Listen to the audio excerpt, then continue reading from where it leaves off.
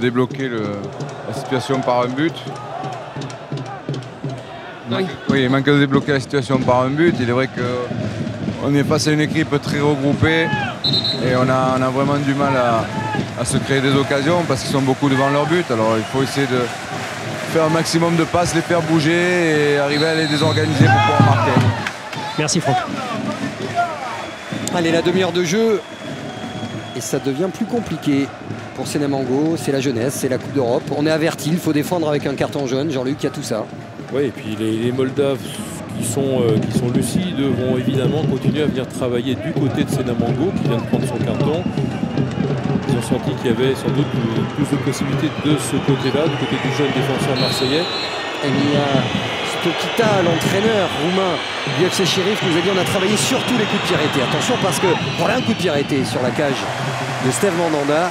Il n'y a pas que Mango qui devrait être vigilant parce qu'on a vu sur le dribble tout à l'heure de Pezic qu'il a failli sur ce dribble extérieur. Il venait de la gauche se mettre en position de frappe. Pour l'instant, ils subissent, hein, ils acceptent d'être largement dominés, les Moldaves. Ils ont, je pense, un plan de jeu qui est celui-là, d'attendre parce que ils veulent conserver leur chance sans doute en seconde mi-temps de refaire leur retard. Je ne sais pas si c'est un bon calcul, mais pour l'instant, ils subissent énormément.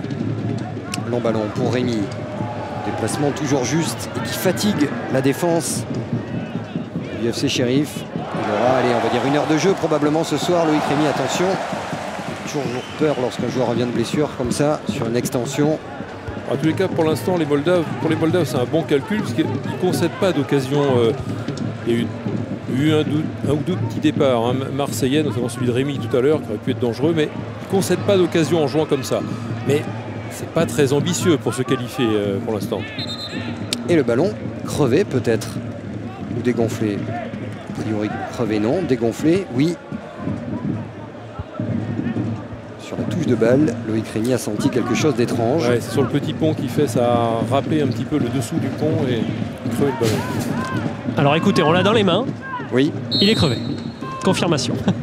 Faut pas le garder Nicolas, il faut le rendre. Je vais essayer.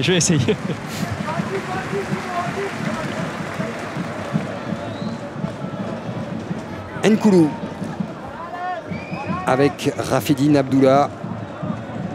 12 minutes encore à l'Olympique de Marseille pour se qualifier, pour rejoindre Lyon et Bordeaux, on l'espère, qui joue ce soir face à l'Étoile Rouge. Au moment où le ballon est bêtement rendu à Balima, attention parce que ça va aller vite avec Ramba. Il y a Pesic qui appelle le ballon à la limite du hors-jeu et qui était surtout bien fermé, c'est le mot, par Nicolas Nkoulou, qui connaît le danger représenté par le Serbe. Amalfitano, Jordan Ayou qui a pris la profondeur. On repasse derrière avec Abdullah. André Ayou.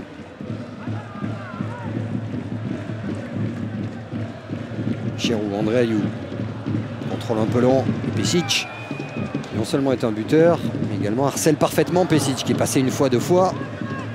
Autour d'André Ayou et Nkoulou avec Chirou. Abdullah. Ayou. Et toujours cette double ligne là, de 4 défenseurs, 5 milieux de terrain moldaves, plus Pezic même qui redescend maintenant dans sa moitié de terrain.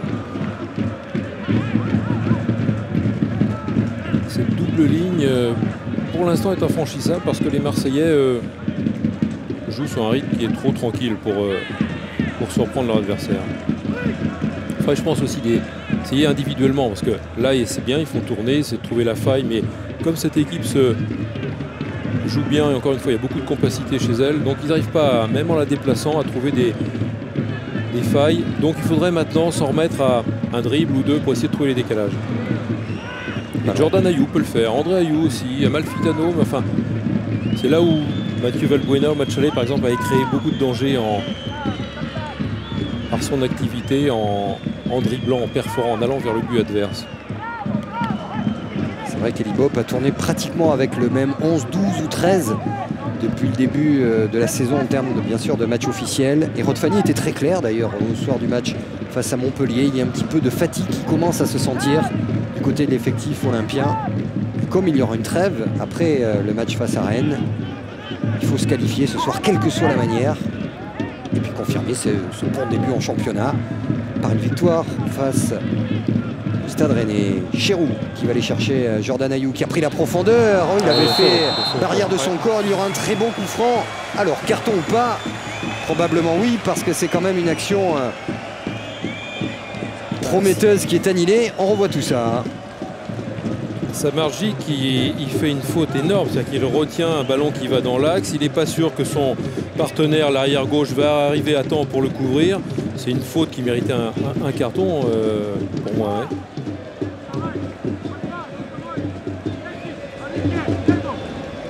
Ouais. Un petit peu plus de 10 mètres.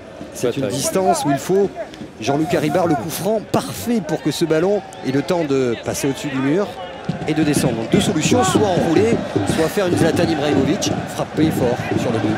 Il faut avoir ça en magasin aussi, il faut avoir cette frappe-là, cette puissance. Alors, il y a bataille entre les deux, parce que ce sont deux super gauchers.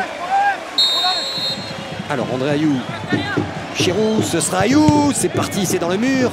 Abdoullah derrière de l'intérieur du pied, face au virage où il était tout petit pour supporter l'Olympique de Marseille. Pas d'occasion marseillaise. Confirmation, il est dur de frapper un coup franc à 18 mètres. Et donc la tactique d'Ibrahimovic était peut-être la bonne face à Bordeaux. Ce ballon qui redescend très vite, frappé du coup de pied. Ah oui, je pense que, comme Damien Degore qui a rapporté ça dans un journal que nous connaissons bien, journal sportif, je crois que c'est si Carasso a mis la main, il avait la main ou le bras arraché, parce que il y avait une telle puissance. Et c'est passé à quelques centimètres. Pesic dans la surface. Oh, le tir de Pesic, il n'y avait personne en angle fermé. Demi-occasion pour les Moldaves. Mais je pense, pour répondre à votre question pleinement, je pense que oui, quand il y a un coup franc comme ça à 18-20 mètres, c'est très compliqué d'arriver à passer par-dessus le mur et en même temps de donner de la vitesse à la balle pour empêcher le gardien d'avoir le temps de venir la sortir. Donc je pense que le choix de frapper très fort, côté ouvert, côté gardien, c'est un bon choix. Finir avec cette frappe surpuissante de l'attaquant parisien. Elle avait été chronométrée à plus de 120 km/h. 126 je crois, ouais. Arrêté. Ça veut dire technique et muscle. Et les deux en même temps, parce qu'autrement on peut se faire très mal. André Ayou. Ouais, là c'est carrément arrêté. Les Marseillais restent organisés. Je dirais qu'ils ne se désorganisent pas assez vers l'avant pour pouvoir brouiller les pistes pour les défenseurs moldaves. Samardzic avec Dedov. Ça joue avec trop d'applications, trop tranquillement et sans trop permuter, sans trop varier les courses, les positionnements. C'est vrai qu'on ne connaîtrait pas le résultat du match aller. On se dirait finalement qu'on gère son avance du côté du FC Sheriff. Mais on vous le rappelle, si vous n'étiez pas avec nous la semaine dernière, c'est bien Marseille, grâce au doublé de Jordan Ayou, qui s'est imposé en Transnistrie. Alors certes, ils jouent avec leurs arguments. On s'attendait à un autre visage des Moldaves. Deuxième mi-temps, il faudra attendre un petit peu, je pense. Ouais. Il faudrait faire quelque chose quand même, un quart d'heure de la fin. Allez, ouais, Rémi, là, il y a un bon coup à jouer. avec Jordan Ayou, Rémi qui va frapper, ça passe à côté. La première occasion pour l'OM, net, la voici à la 39e minute, grâce à Loïc Rémy qui est titulaire ce soir et qui montre de belles choses. Bon, c'est pas mal, moi je trouve, parce qu'il va se servir du départ de Jordan Ayou côté gauche pour aller la jouer tout seul. Il est plein axe, donc il a le but ouvert devant lui. Et elle passe vraiment au ras du poteau. Il a bien ouvert son pied. Il frappe pas coup de pied, il l'enroule à l'intérieur du pied. Je trouve que c'était une bonne solution, un bon choix de sa part, avec le bon travail de diversion de Jordan Ayou côté gauche. Ray Stokita.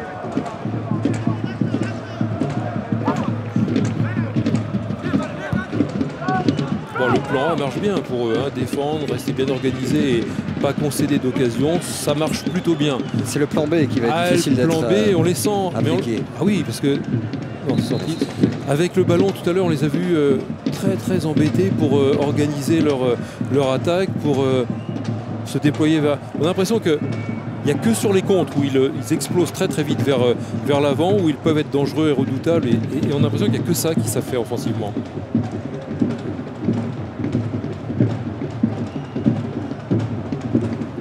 « 5 minutes encore dans cette première période. Et pour l'instant, le FC Sheriff Tiraspol de Miaï Stokita qui est en place. qui laisse la qualification tranquille à l'OM. Bon, c'est aussi pour ça que Marseille n'a pas à se, passez-moi l'expression, à se dépouiller hein, dans ce match. Ils gèrent aussi leur victoire de l'aller. Jordan Ayew qui était passé à l'intérieur sur ce long ballon de Cherou. Dans le dos de Métois, la sortie de Stoyanov. Vous voyez la difficulté là, de donner des ballons, parce que le dosage est quasiment impossible à trouver. Hein. La défense lui joue trop bas pour pouvoir donner un ballon efficace entre cette défense et le gardien. Retour de position de hors-jeu de Loïc Rémy qui va être sanctionné.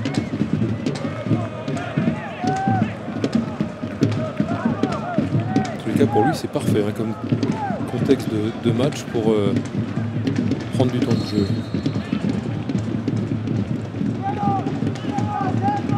On rappelle, hein, 3 mois sans jouer. Hein.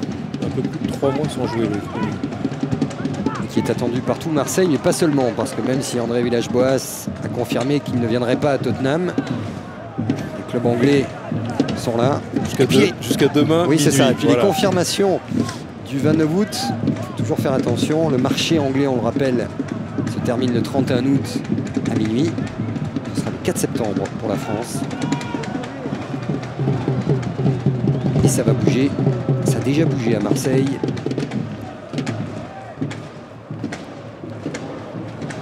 Morel avec Morgan Amalfitano. Jordan Ayew.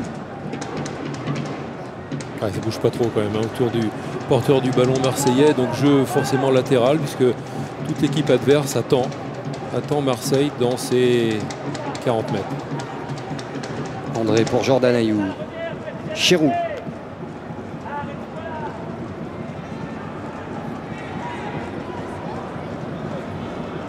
Jordan Ayew. Doula.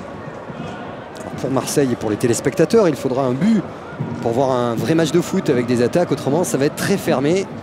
Ce n'est pas à l'OM de prendre des risques.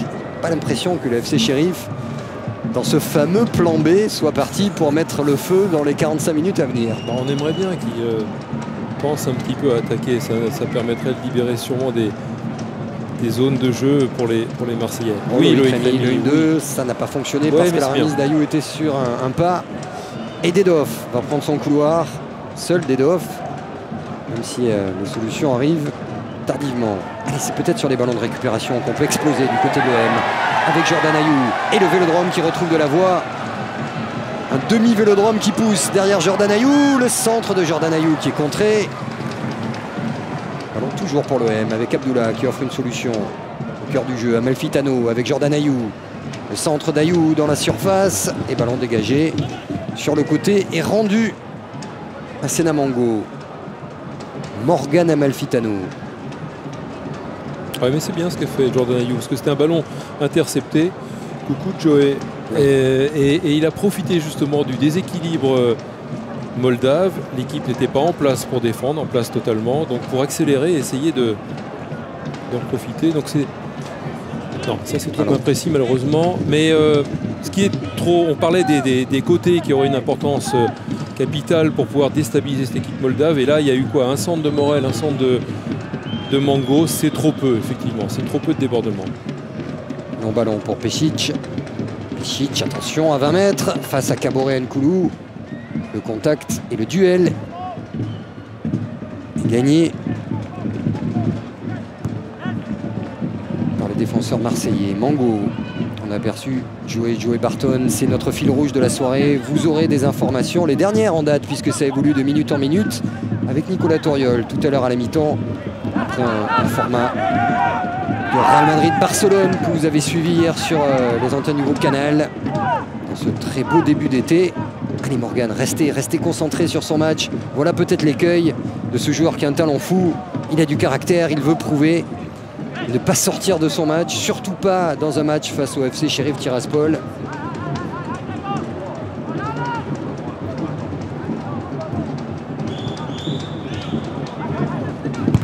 Ballon récupéré par Mango. Et le coup de sifflet, 0-0.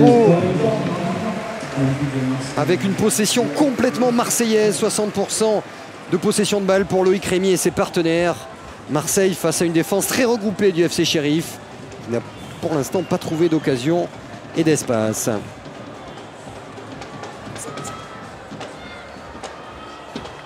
Allez, on garde pour l'instant le sourire, on essaie de discuter, de trouver les bons décalages entre Morel, entre Chérou du côté marseillais. Il faudra être patient et surtout marquer en premier pour se simplifier ce match aller-retour. Pour l'instant, difficile en termes d'espace, facile en termes d'opposition. Loïc Rémier est avec Nicolas Toriol. Loïc, des occasions dans cette première période, il s'en est fallu de peu finalement pour marquer.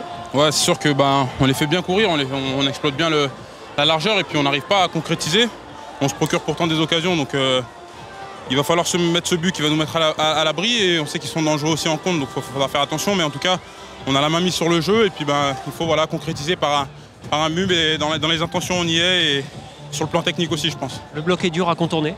Ouais, ils sont tous regroupés en défense, donc forcément il faut trouver les espaces dans les intervalles. Et puis c'est vrai que c'est une équipe qui joue aussi au ballon, donc forcément c'est toujours compliqué, mais il faut trouver la faille, hein, c'est ça les matchs difficiles, c'est des genres de rencontres comme ça fermées où un but suffit pour débloquer le match. À titre personnel, première titularisation de la saison, quelles sont vos sensations? Ouais, je me sens très bien, c'est vrai que j'ai eu le temps de bien retravailler physiquement après mes pépins que j'ai eus. Espérons que j'ai plus de pépins durant toute l'année et que je revienne à mes objectifs qui sont élevés, on va dire. Okay.